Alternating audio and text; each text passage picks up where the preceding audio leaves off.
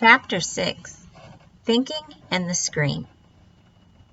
Hey, I was watching this documentary film of how ridiculous religion and religious life is, and the presenter was a well-known television figure.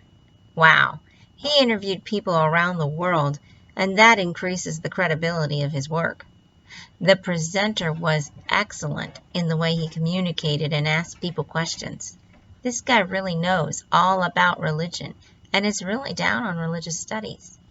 He knows so much and passes his knowledge along to others.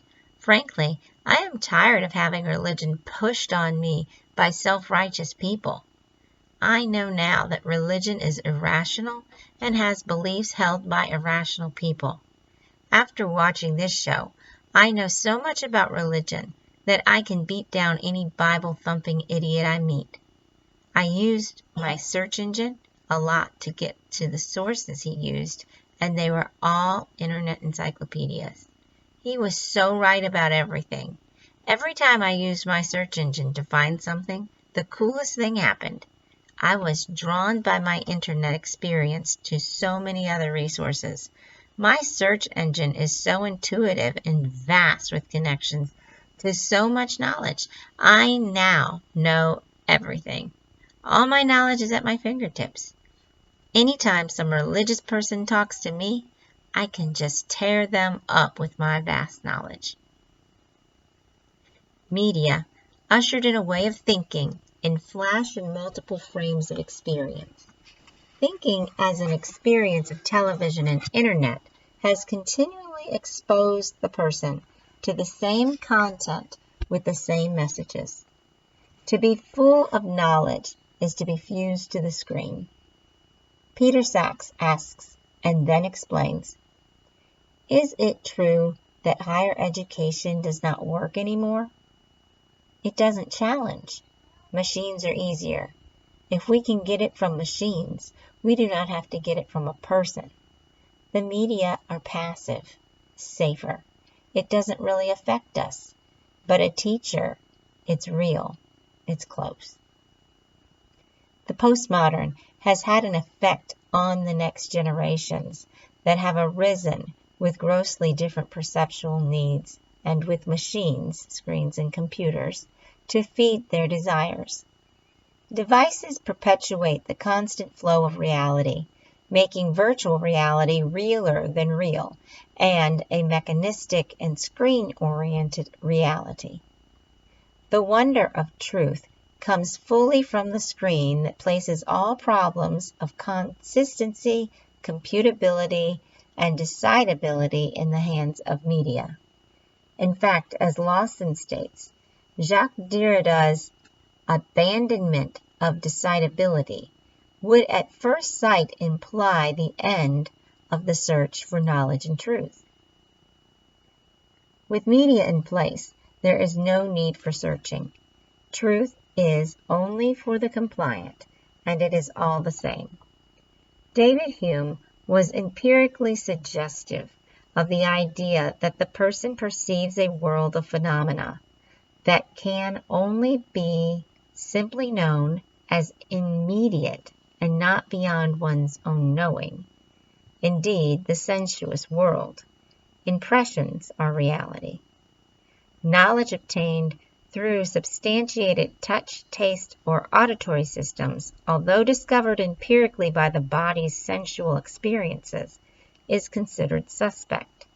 In the latest way of understanding life, knowledge must reach persons through media experience before it can be considered valid knowledge.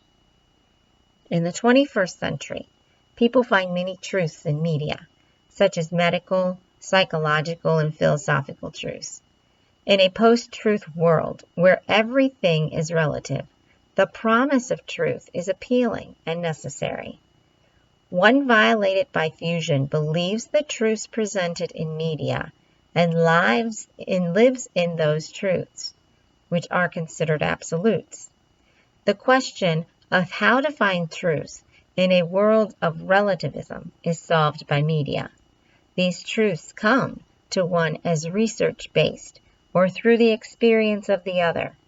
They are valid and beyond reprehension because they have become part of one's subjectivity. The subject is literally a captive audience. Once one is fused into the process, there is no escape. The power of fusion calls up Orwellian truth in the mind of the cultural critic. As Lacan demonstrated, one cannot know the real. In these times, through fusion, it is apparent that virtual is known, but nothing that is real can be known. In much the same way that the subject goes under subversion by fusion, so does the person's senses. Media play a game with our senses when the fusion process takes place. Our subjective and sensory experience is abducted by fusion. So when one doubts the real in favor of the virtual, though realer than real, isn't the one. So when one doubts the real in favor of the virtual, the realer than real, isn't one then not doing what René Descartes did, in essence? Doubting, more doubting, and denial happens until consciousness has a body shaped like that of a box, flat and thin like a screen. This denial of the tangible world and way of thinking is contrary to print and verbiage as the means to structure consciousness. Culture has spread through the virtual means, which has become the primary understanding of ritual. The one who challenges classical truths does so through the power of media. In the 21st century, the transmission of cultural knowledge is passed on through the screen, not through metaphor, but through image. This knowledge is the image of the imagination influenced by graphic representation. Culture has abandoned text in favor of sound bites and images. Persons no longer think, but wait for images to be put in front of them or embedded in their subjective process. Media force us into a process that one might consider thinking, when in fact it is this process, fusion, the melding together of subject and media, that gives so-called absolute truth and is totalizing in nature. The dialectic disappears when this process begins, for there is no outside force. Fusion is all there is to be experienced. This fusion is our everyday experience. It is practically impossible to escape. Baudrillard introduces us to the notion of knowledge being destroyed and deconstructed by media. Baudrillard explains, in the domain of the illusion, knowledge is no longer logically possible, for its principles and postulates cannot function. And this is not just a metaphysical insight. Today, the microsciences stand at the point where the object as such no longer exists. It vanishes, it escapes, it has no definite status. It only appears in the form of ephemeral and aleatory traces on the screens of virtualization.